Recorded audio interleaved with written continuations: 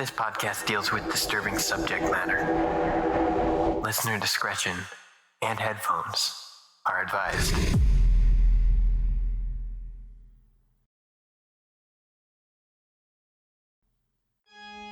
It's time to open the door to your mind.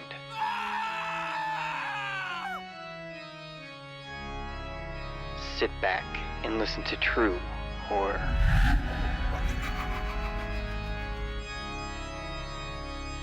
But be careful of what you allow in.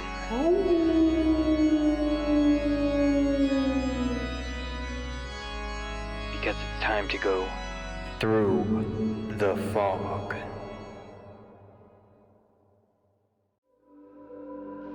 I'm DarkHero, and this story is called Carving with Grandpa.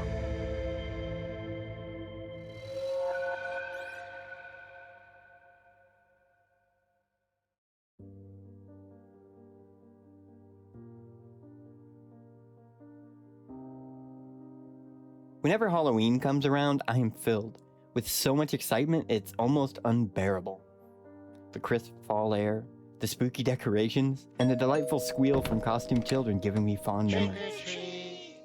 On Halloween, I continue a long tradition of carving, something I've always done with my grandpa since I was a little boy.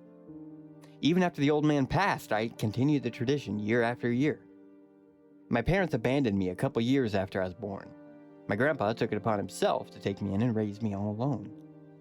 He felt responsible for raising a shit son, so he vowed to make it up to me.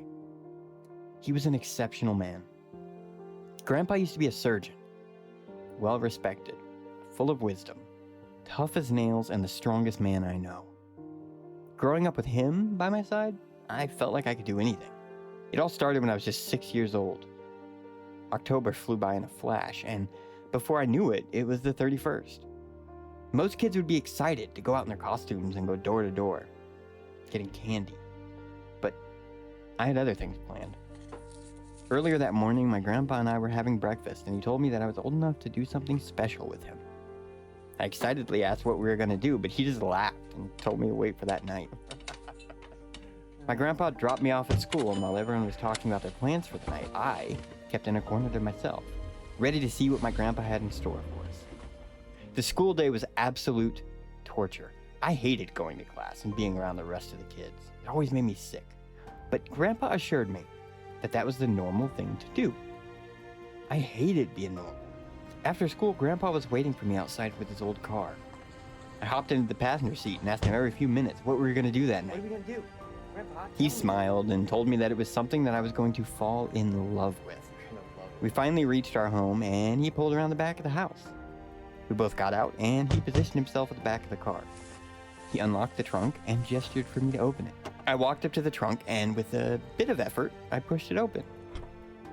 I was face to face with a massive, vibrant pumpkin. It was probably the biggest pumpkin I'd ever seen. It was easily half my size.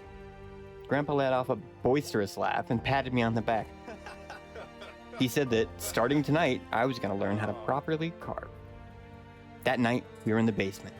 The beautiful pumpkin was set out in front of me on an old crafting table, and beside it were an array of sharp tools necessary for the task. Go on and grab the knife, Grandpa said with a low voice.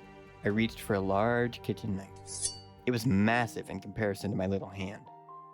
My hands were shaking, and I wasn't sure if it was from the nervousness or excitement. Grandpa gave concise instructions on how to proceed with the carving.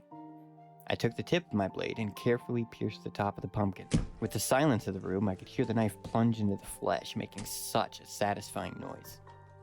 I slowly cut a circle on the top of the pumpkin and set the knife back down on the table. I removed the lid, and with my bare hand, I scooped out the pulp inside. The contents of the pumpkin were wet and surprisingly warm.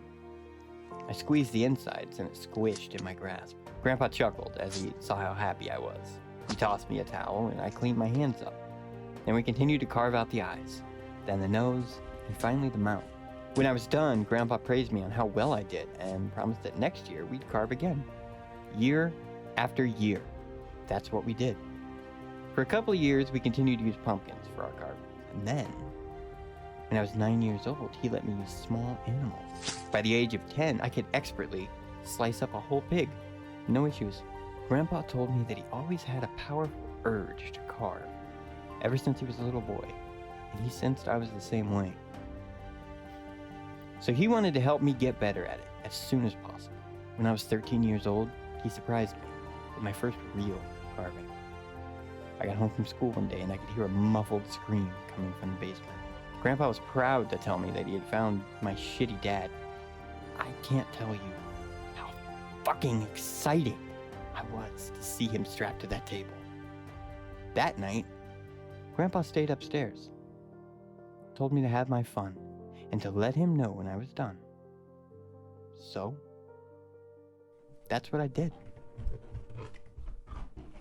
I had set a bag of instruments on a side table, and he sobbed as I lifted a kitchen knife. He must have been begging for help, but I couldn't understand a thing with all the duct tape around his mouth. It meant nothing to me. This man was a stranger. Hell, he wasn't even an animal to me.